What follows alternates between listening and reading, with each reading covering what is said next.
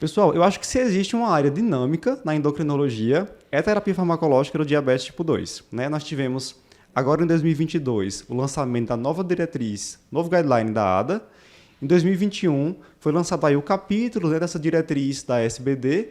Em 2019, houve aquele guideline europeu mais voltado para a doença cardiovascular, mas que também citava terapia farmacológica de diabetes. E a gente percebe já diferenças entre esses guidelines, né? Aí, assim, vai entrar a diferença porque a gente sabe que está saindo estudo o tempo todo, né? E depende muito do grupo que você reúne para fazer, elaborar uma diretriz, elaborar um guideline, né? A gente trabalha muito com essa história do nível de evidência. Como está saindo trabalho o tempo todo, a gente vê que com o mesmo espaço de tempo muito curto já muda muita coisa. O guideline da ADA, inclusive, agora não é mais lançamento anual, né? Ele diz que é um guideline dinâmico, que ele tem um aplicativo que ao longo dos meses ele pode mudar a coisa, não necessariamente esperar a próxima edição daqui a um ano. E isso aí teria uma abordagem diferente. Só que quando vira o ano, eles mandam aquele fluxograma famoso, né? Sim. Que todo mundo vai olhar o fluxograma quando sai, né? Aí sempre fica olhando isso aí. Então a gente vai tentar trazer aqui os principais pontos de divergência ou concordância entre esses guidelines, né? Acho que o primeiro ponto para a gente discutir, que já vai render uma discussão bem calorosa, é terapia inicial do diabetes mellitus tipo 2. Quais as diferenças entre os principais guidelines?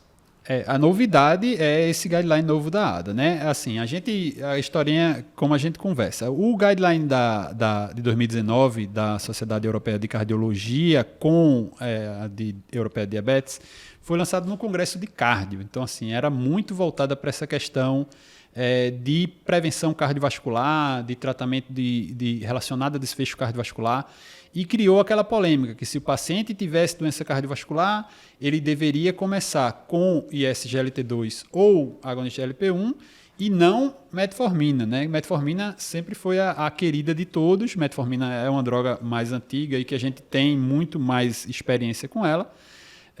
E isso criou uma polêmica muito grande, né?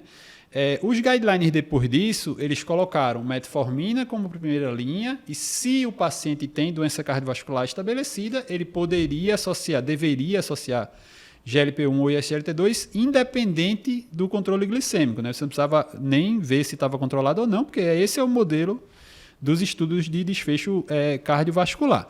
Aí o novo guideline da ADA, ele tirou a metformina da primeira linha, né? Então, assim, a gente não pode dizer que metformina não é mais a primeira linha, mas ele deixou a primeira linha aberta. Então, primeira escolha de tratamento, você deve direcionar a condição do paciente, o aspecto clínico do paciente. Ou seja, no fim das contas, se o paciente tem uma doença cardiovascular e só vai precisar de uma droga, você deveria usar a droga de proteção cardiovascular. Se o paciente é obeso e só vai precisar de uma droga, você deveria usar uma droga que perde peso.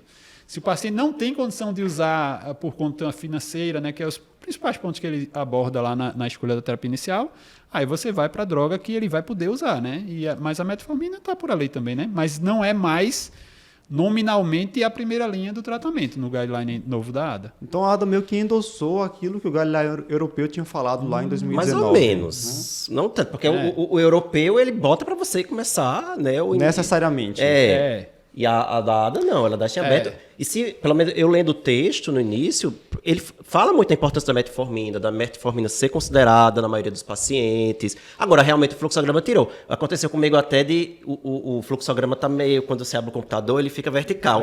E eu procurava o nome da metformina, eu peguei o computador, eu virei o computador, cadê a metformina? Não tem. Realmente tiraram. Você olha o fluxo, não tem o nome da metformina. Você encontra o nome do ISGLT2, encontra o nome GLP-1, mas você não encontra o nome metformina em lugar nenhum. Assim, o nome não está no primeiro fluxo, né? Então isso aí gera um estranhamento muito grande. Eu não sei não. E aí é interessante pontuar que o novo capítulo da SBD traz lá a metformina ainda como sendo a primeira opção, né? Que pode ser utilizada em terapia combinada naqueles pacientes que têm doença aterosclerótica ou doença renal, mas ainda fica no guideline brasileiro como sendo a primeira opção para tratamento de diabetes, obviamente associada à mudança de estilo de vida. Mas aí vale a pena fazer essa comparação com a diretriz americana, né? Assim, o guideline brasileiro, modéstia à parte, é muito melhor do que os outros, né? A diretriz. É muito bem escrito. Não, mas é sério. E ele orienta para quem quer ter um uma receitinha de bolo, né? Seguir. Não, ajuda bastante. o que a gente tem nessas evoluções de guideline, né, já que a gente está falando sobre isso, a diretriz brasileira tem um guideline luso brasileiro, né, que foi lançado, uma participação aí do conjunto pessoal de Portugal, e que criaram aquela terminologia do AD1, né, que seria um antidiabético de primeira, dando uma ideia nesse sentido. E o antidiabético de primeira escolha era GLP-1 ou SGLT2. Então, assim, ele pegava o paciente diabético sem doença cardiovascular, sem nada. Você começaria metformina. Se você fosse fazer terapia dupla, seria metformina mais AD1. Então, assim, pelo fluxo, você se viria ali meio que obrigado a botar metformina mais SGLT2 ou metformina mais GLP-1. Quando a gente atualizou essa diretriz, agora nesse capítulo que foi lançado ano passado, a gente tirou essa figura do AD1. Então, você meio que antecipou essa ideia da ADA de você, de um tailoring, né? de uma terapia dirigida, de você costurar realmente de acordo com a sua vontade e a sua assim, interação com o paciente, saber se o paciente vai aderir àquele tratamento, a características clínicas daquele paciente para você dirigir a droga que você achasse melhor ali, fazer aquela associação inicial. Agora, no brasileiro, a gente contempla a metformina mais um segundo agente, né? Sim, então, acho que de metformina fica um pouco de divergência, né? Você vai acabar tendo que individualizar realmente o caso, mas, de certa forma, há uma liberdade pelo guideline dada de não necessariamente ter que fazer metformina, como a gente vinha fazendo ultimamente, né? Embora, confesso que na minha prática eu vou ficar fazendo metformina.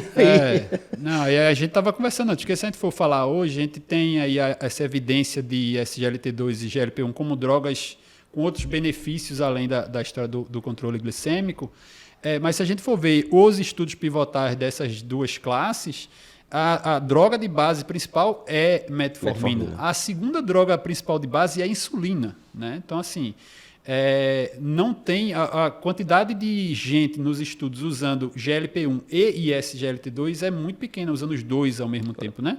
Ou usando um deles isolado também, né? Assim, sem a metformina. maioria dos pacientes faziam... 80% dos estudos tem incluía associação, metformina. né?